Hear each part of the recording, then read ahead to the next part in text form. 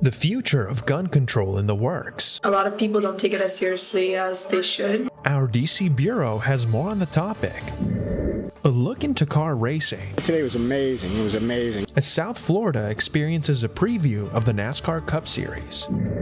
And the Dolphins do something that hasn't been seen since the 60s. Big hole, turns it on, accelerating. These stories and more coming up on Newsbreak. Valentina Gaspari. I'm Samantha Gutierrez. Today is Monday, September 25th, 2023. Live from the Lee Caplin School of Journalism and Media in North Miami, this is Caplin News. Taking action as the number of mass shootings in the country continues to grow. With the number of mass shootings on the rise, gun violence has become a topic of discussion everywhere. DC Bureau reporter Alexandra Howard has more on what the White House has in plan for gun control.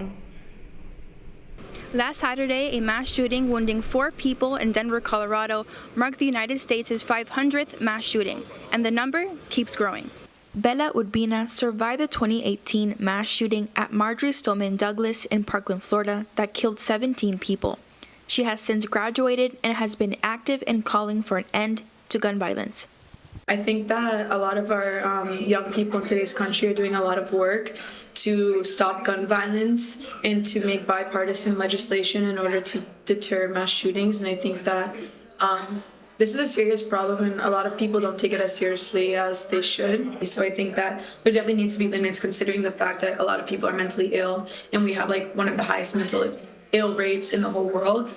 And people shouldn't be obsessed with an amendment. I don't know. I just always found it really extremely weird. Like, yes, you should have guns. You should be able to protect yourself. But like, to commit a mass shooting, like, there's clearly something wrong.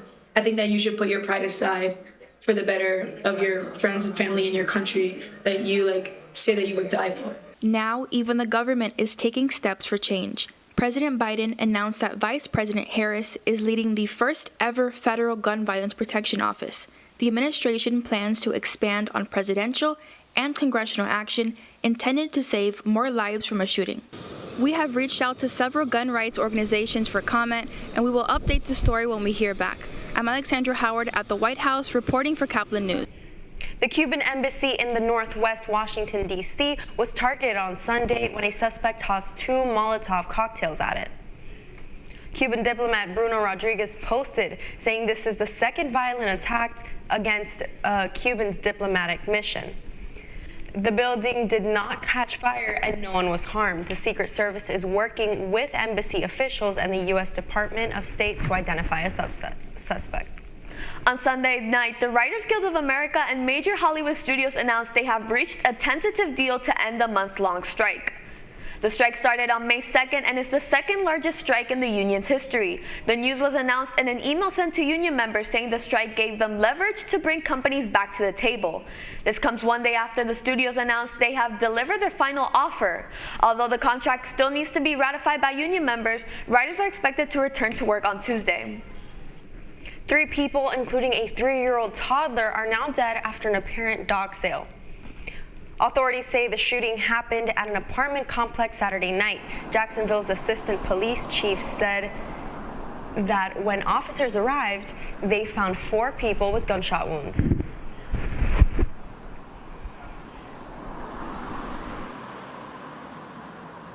Upon arrival, they determined that 5 victims, 4 adults, as well as a 3-year-old child, had traveled to the apartments, possibly to conduct the private sale of a dog. For reasons that are unknown to us at this time, a dispute ensued in a breezeway between 2 of the apartment buildings, resulting in 4 of the 5 individuals being shot.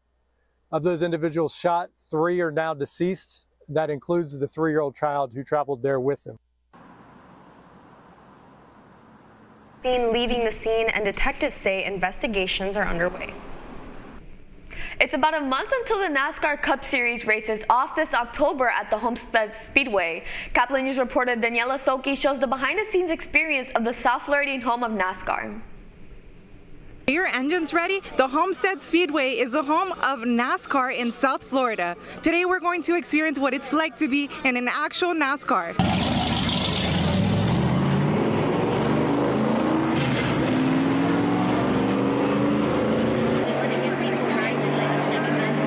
Oh, the ride today was amazing. It was amazing. You know, car going about 195 miles an hour. It's amazing. You hit the banks, and banks are incredible. The car comes right up at the wall.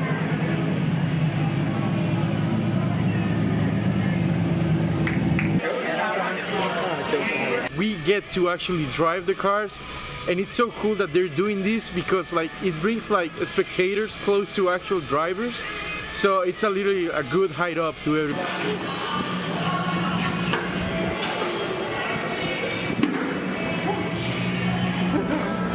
Wow.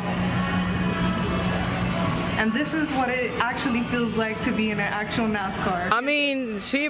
Yes, because here we are all lovers of speed, so in reality I always like to go faster. So this is a different experience, especially because of the ramp's inclination. The first NASCAR's Cup Series was held here in Homestead in 1999. Stay tuned for next month in October for the NASCAR Cup Series race. In Homestead, for Caplin News, I'm Daniela Thoki. As the hockey season is soon to start, South Florida is celebrating with the Panthers' festivities in eventful ways. Caplin's Tanya Jimenez has more from Hialeah Park.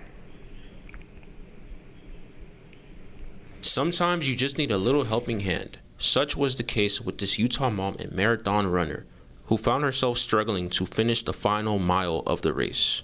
When I could feel my legs slowing down, I think some of those tears were... After last year's successful playoff run, more and more South Floridians are wearing Panther gear and recognizing players as they're grocery shopping at Publix. In an effort to reach the fans down south, the Cats are hosting the Vamos Gatos block party to bring the ice to the 305. In Hialeah Park this weekend, in preparation for the quickly approaching upcoming 23-24 hockey season, Panther fans gather to celebrate with food trucks, giveaways, live painting, activities, and more. Oh, geez, Panthers since the 90s, you know, when they started. Living up in Broward, but came here to Hialeah because I work in Hialeah, and we had some Panther stuff, so we're going to have fun with it. Because of where the Amerant Bank Arena is located, most fans are in Broward, but having this block party in Miami is an effort to reach out to those further south. I feel like they've amped it up way more. Like when I first started watching and going to the games, I didn't get the vibe, you know. And now it's like Vamos Gatos, like it's so out there in your face. Like, and I was surprised, kind of, but happy, like a happy surprise. Like, hey, man, they're really trying, you know, to reach the community. So I thought that was great, and I hope they keep doing it.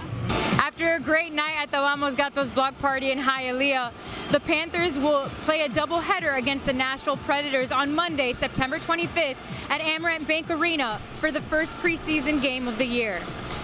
For Caplin News, I'm Tanya Jimenez. Running a marathon can be hard and tiring, but not without the support of your loved ones. As Caplin's Job Charles reports, a daughter showed her support in a unique way. Sometimes you just need a little helping hand. Such was the case with this Utah mom and marathon runner who found herself struggling to finish the final mile of the race. When I could feel my legs slowing down, I think some of those tears were, shoot, I'm gonna disappoint my kids. But it was one of her kids who came to her rescue. Courtney Rich's 10-year-old daughter, Avery, jumped in and helped her down the final stretch. In a split second to be like, oh, that's Avery in Crocs running on the course with me. I saw another little girl finish with her mom, and I thought my mom was struggling even more than that. And I was thinking, she needs it, so I have to do this. Rich said Avery's supporting surprise gesture made all the pain go away, and the pair crossed the finish line hand in hand. Reporting from Caplin News, I'm Job Charles. The Marlins confront the Milwaukee Brewers at home for the second time this season. That's still ahead, and so is this story. 6, Tyreek Hill, touchdown! The Miami Dolphins sank the Broncos with their offense play as they set records. Newsbreak will be back in just 2 minutes.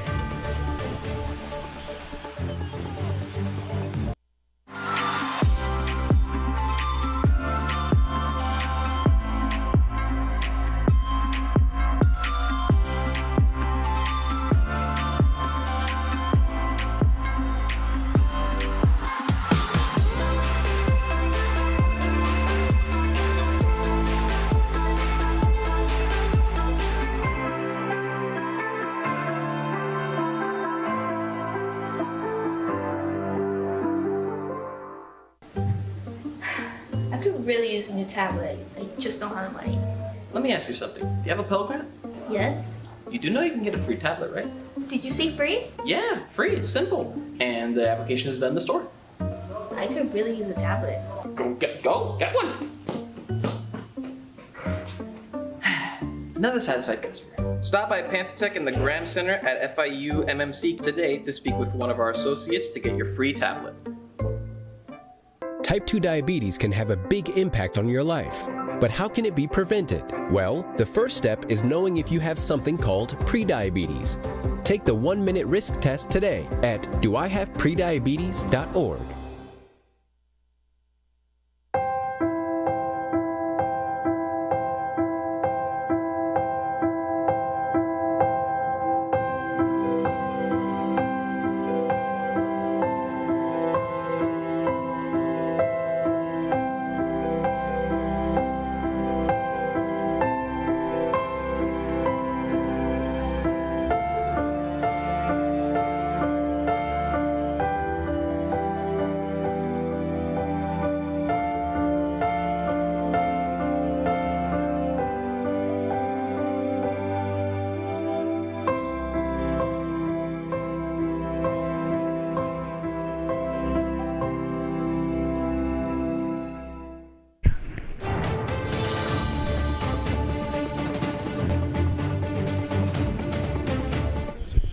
A sweeping victory for Dolphins and a new franchise record, all in the same game.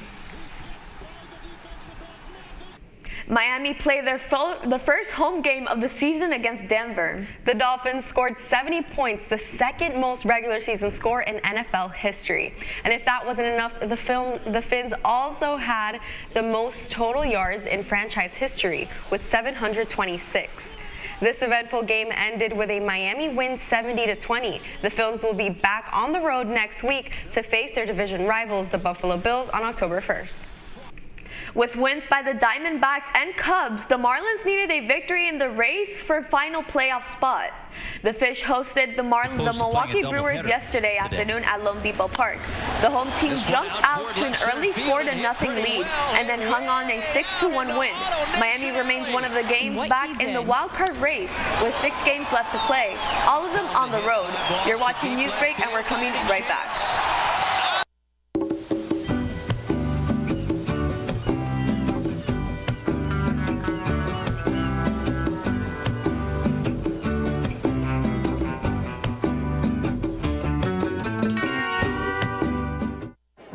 The black truck? Hey, Christina from accounting. Yeah, hi. Hey, I used to date a girl named Christina. Oh, really? Yeah, and then she dumped me for my best friend. You want to see some photos of them that I took? I don't. I thought we talked about this, buddy. Buzzed and overshared again? Yeah. Yeah. I'm gonna call a car. That's a smart idea. So yeah, I know, that's why I did it. Hey, you're gonna get back to the top of the mountain. Does that mean I'm gonna get back with Christina? No. Oh. No.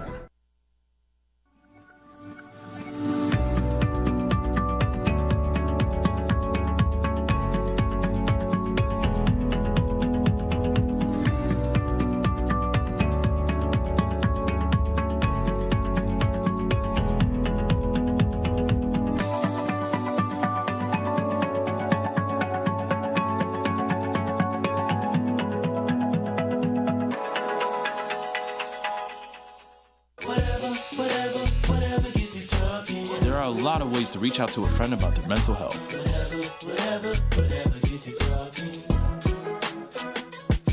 Learn how you can help at seizetheawkward.org. Bill is a family man. He invests his money wisely and provides a good life for his children. Just one problem. He often opens emails from senders he doesn't know, and his computer is not password protected. One day, Bill checked his bank account and 94% of malware attacks originate from emails. Don't be like Bill. Take your cybersecurity seriously. That's all the time we have for Newsbreak. I'm Samantha Gutierrez. I'm Valentina Gaspari. Get more news anytime at CaplinNews.com.